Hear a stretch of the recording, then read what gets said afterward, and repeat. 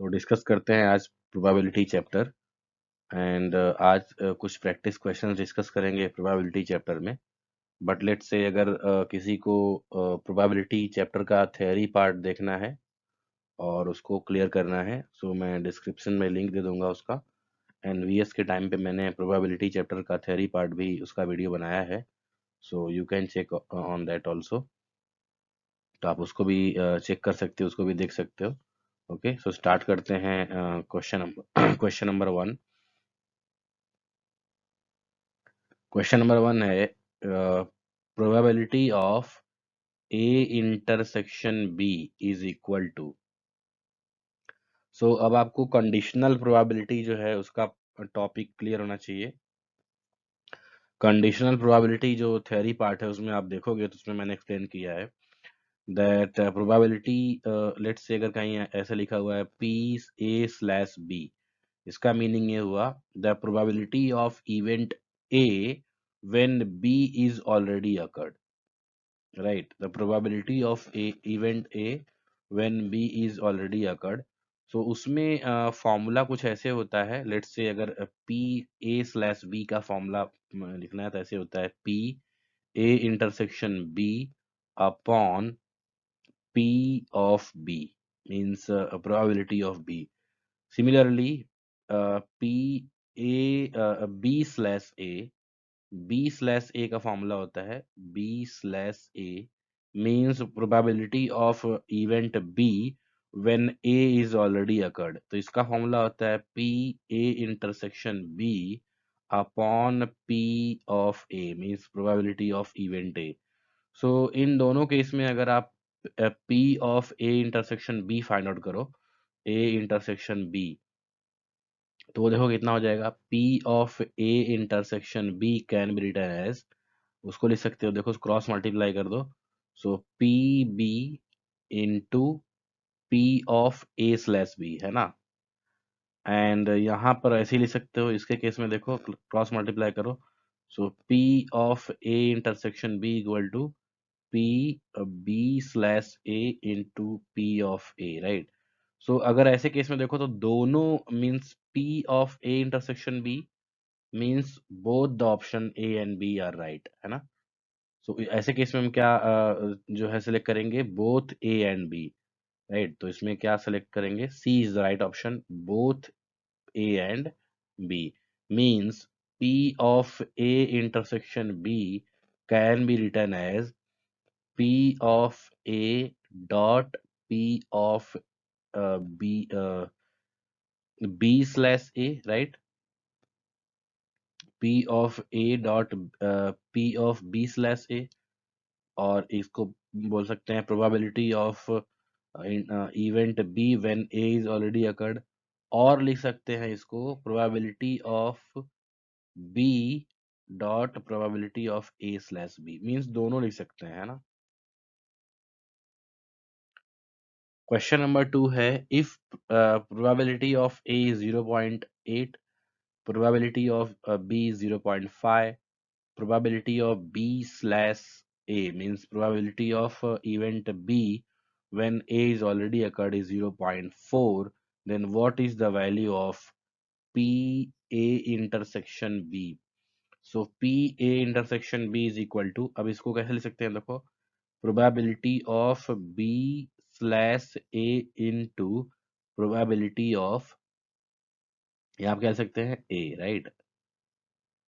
ऐसे लिख सकते हैं A इंटरसेक्शन B को।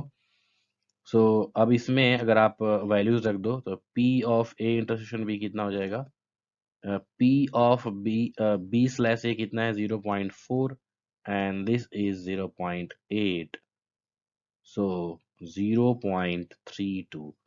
सो A is the right option, right? इसमें कौन सा ऑप्शन हो जाएगा, A इसमें राइट ऑप्शन है। यहाँ पे P ऑफ B की कोई यूज नहीं है, इसमें इन्होंने एक्स्ट्रा समझ वो दे दिया है। ओके, क्वेश्चन नंबर 3 है if P of A is equal to 6/11, P of B equal to 5/11 and P of A union B equal to 7/11, then what is the value of P B slash A? So basically यहाँ पर ध्यान दो, P of B slash A means probability of event B when A is already occurred। तो इसका formula क्या हो जाएगा? P of A intersection B upon, यहाँ पे क्या लिख देंगे? P of A intersection B upon P of A, right. So इसकी वैल्यू क्या हो जाएगी? अब इसमें देखो P of A intersection B हमको फाइंड आउट करना है ना? वो हमको पता नहीं है। So we can find P of A union B can be written as P of A plus P of B minus A intersection B, है ना? ये फॉर्मूला होता है। सो इसमें कितनी वैल्यू इसकी? 7/11, this one is 6/11, this one is 5/11 minus P of A intersection B। so ये कितना हो जाएगा? 11/11, so 1। so P A intersection B can be written as, यहाँ पे क्या लिख सकते हैं? यहाँ पे हो जाएगा इसको इधर ले आओ तो ये हो जाएगा, मीन्स यहाँ पे हो जाएगा 1 माइनस 7/11, सो ये हो जाएगा 4/11, right. So P of A intersection B means 4/11, 4/11 यहाँ पे लिख सकते हैं। सो 4/11 अपॉन P of A यहाँ पे कितना है? 6/11, सो 11 कैंसिल, 4/6 मीन्स 2/3। सो इसका आंसर क्या हो जाएगा? 2/3 is the right option, B is the right option है, 2/3। Find P E of F, E slash F means यहाँ पे क्या है? देखो हमको फाइंड आउट करना है P E slash F where E no tails appears, F no heads appears when two coins are tossed in air। So actual में इसका फॉर्मूला क्या हो जाएगा? P E intersection F upon P of F, right. ये ऐसे लिख सकते हैं। सो अब यहाँ पे ध्यान दो, जो है दोनों जो है नो हेड अपीयर्स है F, और E क्या है? No tail appear. तो मीन्स इसमें अगर देखो तो यहाँ पे कितना हो जाएगा? E प्रोबेबिलिटी ऑफ E कितना हो जाएगा? देखो 2 कॉइन्स आर टॉस ना, तो 2 अगर देखो पॉसिबिलिटी कितनी होती है 2 कॉइन्स टॉस होते हैं, तो T T T H H T N H H. तो नो टेल अपीयर, तो इसमें सिर्फ 1 पॉसिबिलिटी है ना, तो 1/4 हो जाएगा P of E। And no head appears P of F भी ऐसे ही हो जाएगा 1/4, राइट। यहाँ पे हो गया when two coins are toss in air. So अब A इंटरसेक्शन B क्या हो जाएगा? मीन्स ना तो कोई अ, अब A इंटरसेक्शन B यहाँ पे देखो जीरो हो जाएगा। कैसे जीरो होगा? क्योंकि ये पॉसिबिलिटी ही नहीं है कि ना तो हेड कोई आए ना तो टेल आए, तो ये जीरो हो जाएगा, ये हो जाएगा 1/4। सो टोटल कितना हो जाएगा? जीरो। सो इसलिए इसका आंसर क्या हो जाएगा? जीरो। ये आई होप ये क्लियर हुआ होगा। फिर से देखो, P A इंटरसेक्शन F का मीनिंग क्या हुआ? इसका वर्ड में इस मीनिंग ये हुआ कि probability of E and F दोनों साथ में अकरेंस होना चाहिए। तो मीन्स ये हुआ कि मीन्स हेड भी ना आए, टेल भी ना आए, तो ऐसा पॉसिबल ही नहीं है, कोई ना कोई तो एक आएगा ही। So that's why probability of E and F is zero. So zero upon something zero. Question number 5 है, if P of A intersection B is equal to 70% and P of B is equal to 85%, then P A slash B is equal to। so again formula हमारे पास क्या है? P of A slash B means what? probability of event A when B is already occurred। so इसका formula क्या हो जाएगा? P of A intersection B upon P of B, right. So इसमें अब value रखते हैं। So P of A intersection B, इन्होंने बोला है ये कितना है? 70%। 70% means what? 70/100, right. 70% means 70/100 means what? 7/10। So ये हो जाएगा 7/10। P of B means what? 85/100, है ना। सो अब इसको सॉल्व कर लेते हैं, कितना हो जाएगा। सो 7/10 इंटू 100/85, सो ये हो जाएगा 10। सो 70/85। सो अब देखते हैं किससे कैंसिल हो रहा है ये। सो लेट्स से अगर मैंने यहाँ पे डिवाइड किया 5 से, 5 14 जा एंड 5 1 जा एंड 5 17 जा, 14/17।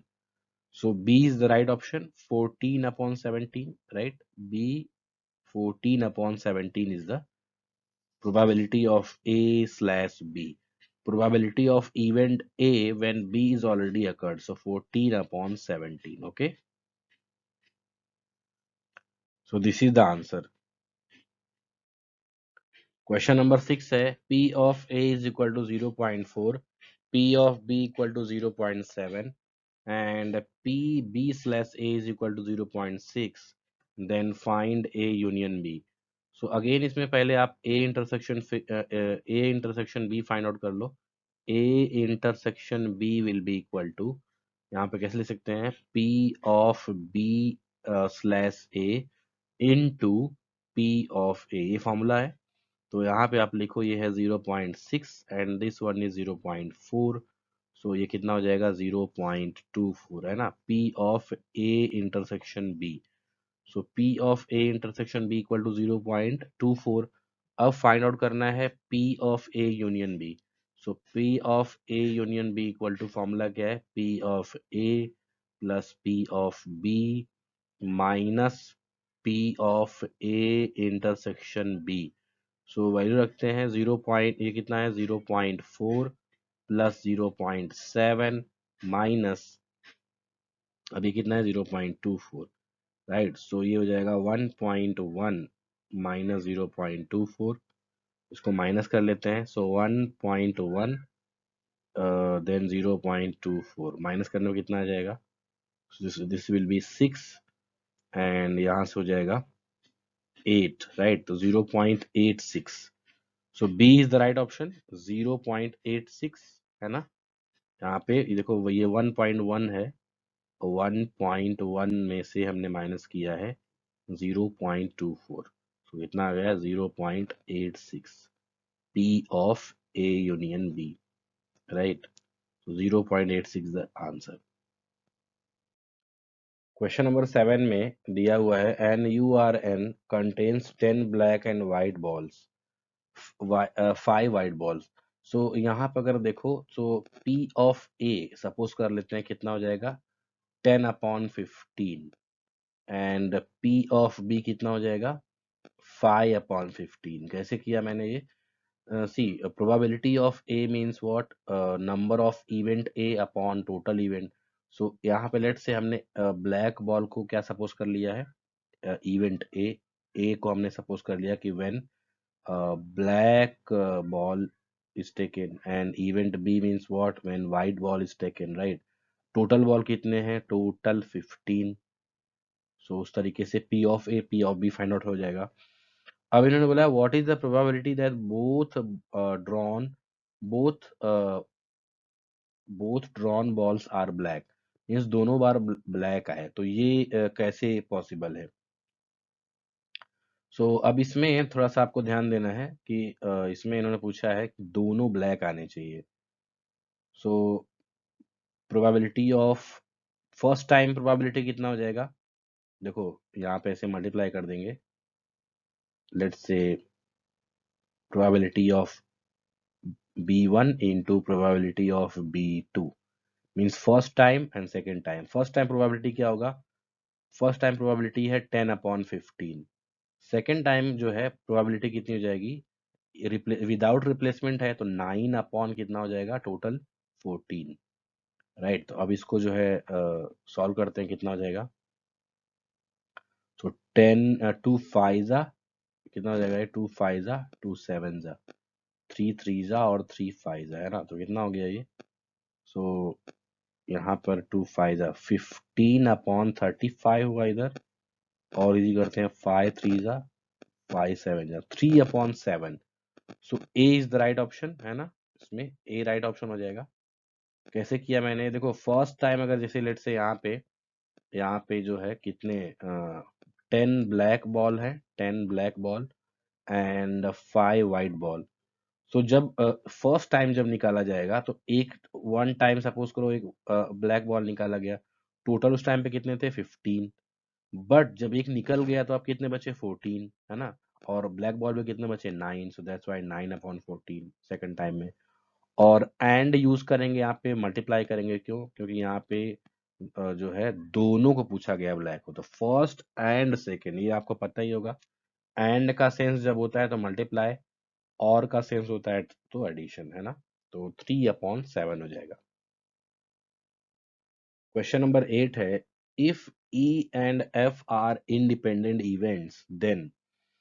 सो आपको ध्यान रखना है कि इंडिपेंडेंट इवेंट्स का मीनिंग ये होता है कि ऐसे इवेंट्स जिसमें एक दूसरे पे कोई डिपेंडेंसी ना हो। मींस ऐसा नहीं है कि मींस ई और एफ में कोई कनेक्शन है। सो ऐसे केस में आपको याद होगा फॉर्मूला क्या होता है, C will be the right option. P of, let's say अगर ए इंटरसेक्शन बी है तो फॉर्मूला क्या होता है, P of A dot P of B, ये फॉर्मूला होता है। सो ई एंड एफ के केस में क्या हो जाएगा, P of E intersection F will be equal to P of E dot P of F, है ना। तो ये आपको याद रखना है, इंडिपेंडेंट इवेंट के केस में ये फॉर्मूला होता है।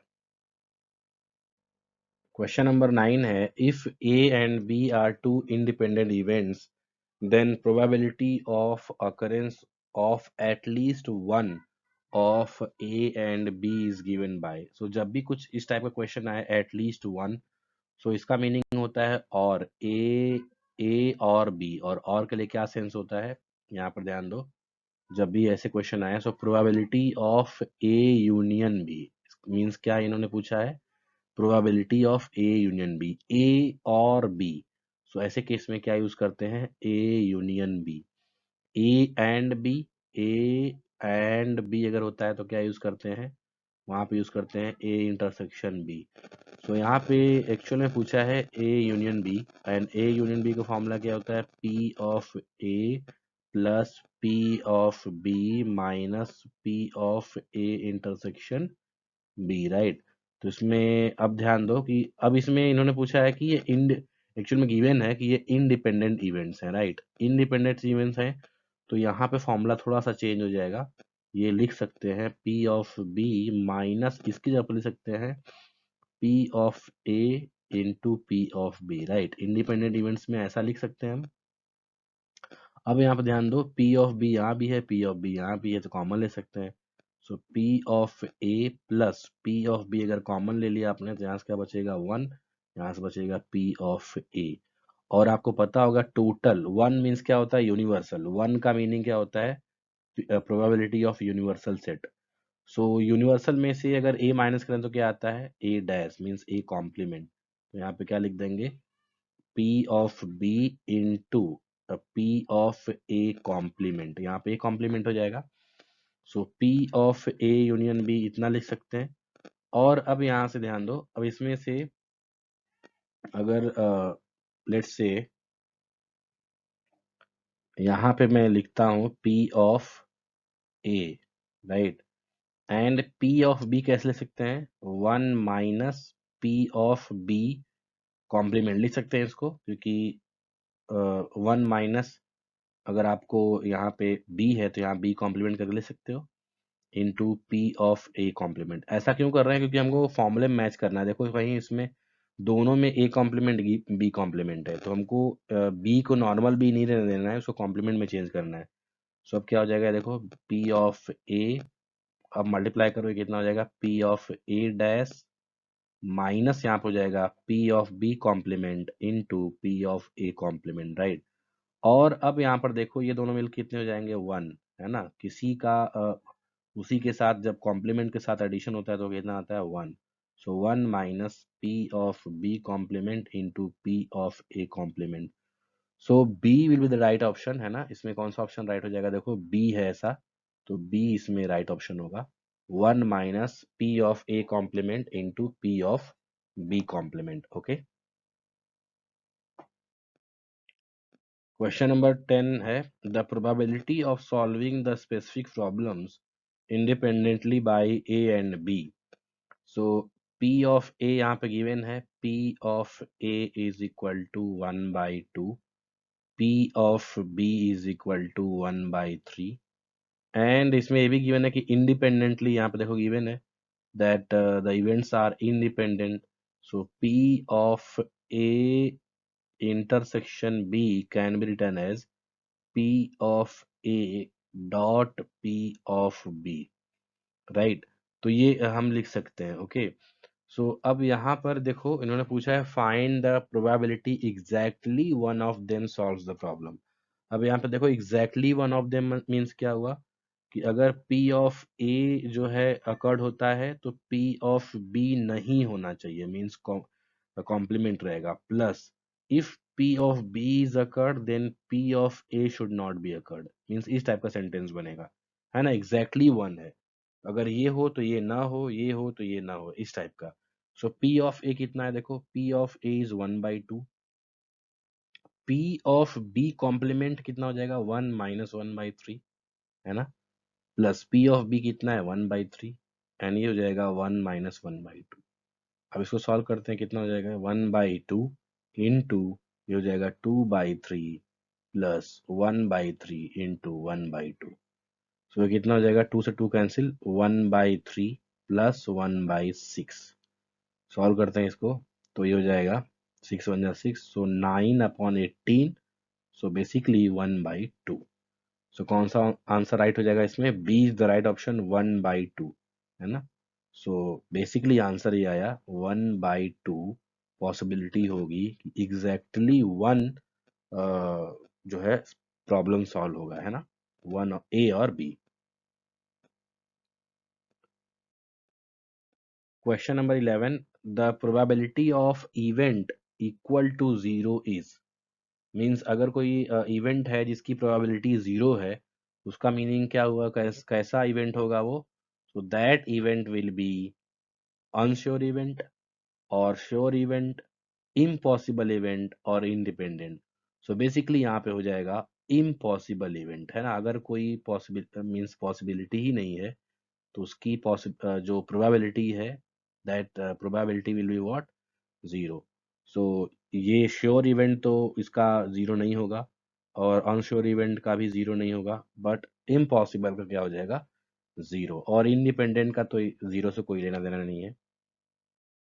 क्वेश्चन नंबर 12 है the probability that can not exist among the following. So basically आपको ये ध्यान रखना चाहिए दैट प्रोबेबिलिटी की वैल्यू कभी नेगेटिव में नहीं होता। सो आंसर इसका क्या हो जाएगा, -1.5, मीन्स प्रोबेबिलिटी जो है, प्रोबेबिलिटी की मैक्स टू मैक्स वैल्यू कितनी होती है, universal value 1, and last to last means minimum कितना हो सकता है, 0, वो भी इम्पॉसिबल का। सो माइनस में तो हो ही नहीं सकता, so B is the right option, okay. Means probability की वैल्यू कभी नेगेटिव नहीं होता।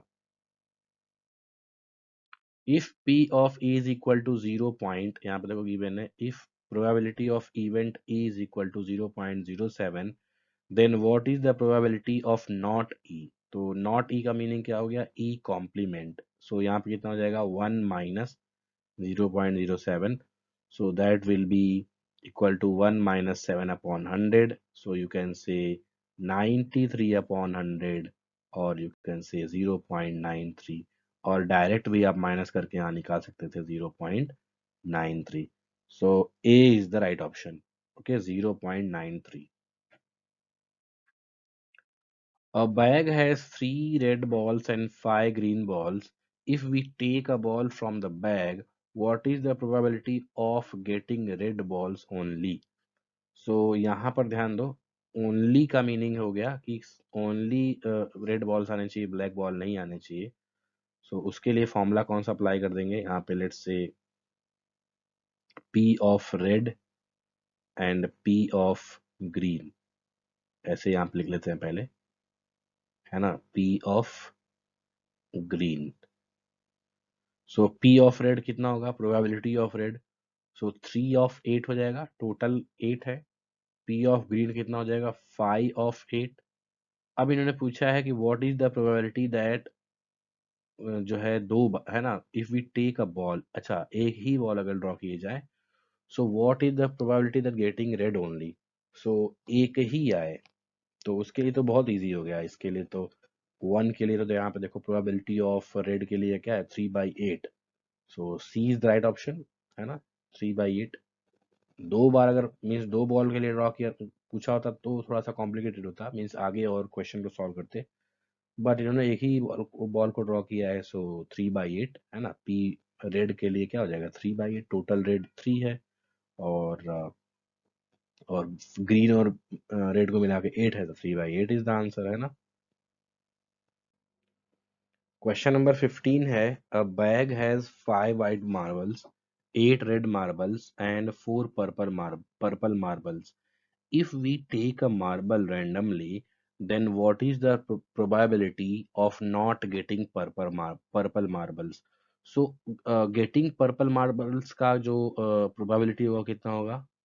Let's say probability of getting purple marbles. So P of P is equal to हो जाएगा 4 अपॉन, टोटल कितने हो जाएंगे, 5 + 8 13, 13 + 4 17।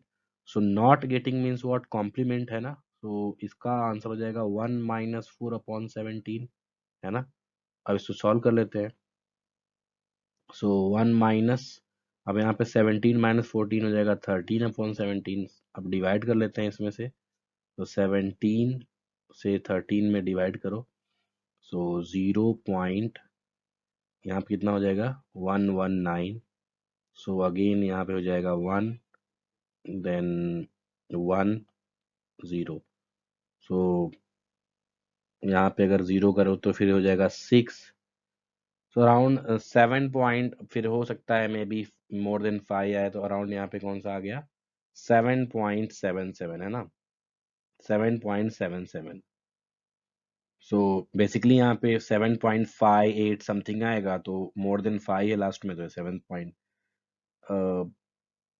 7.69 समथिंग आएगा लास्ट में, तो ये अराउंड 7.77 हो गया, है ना।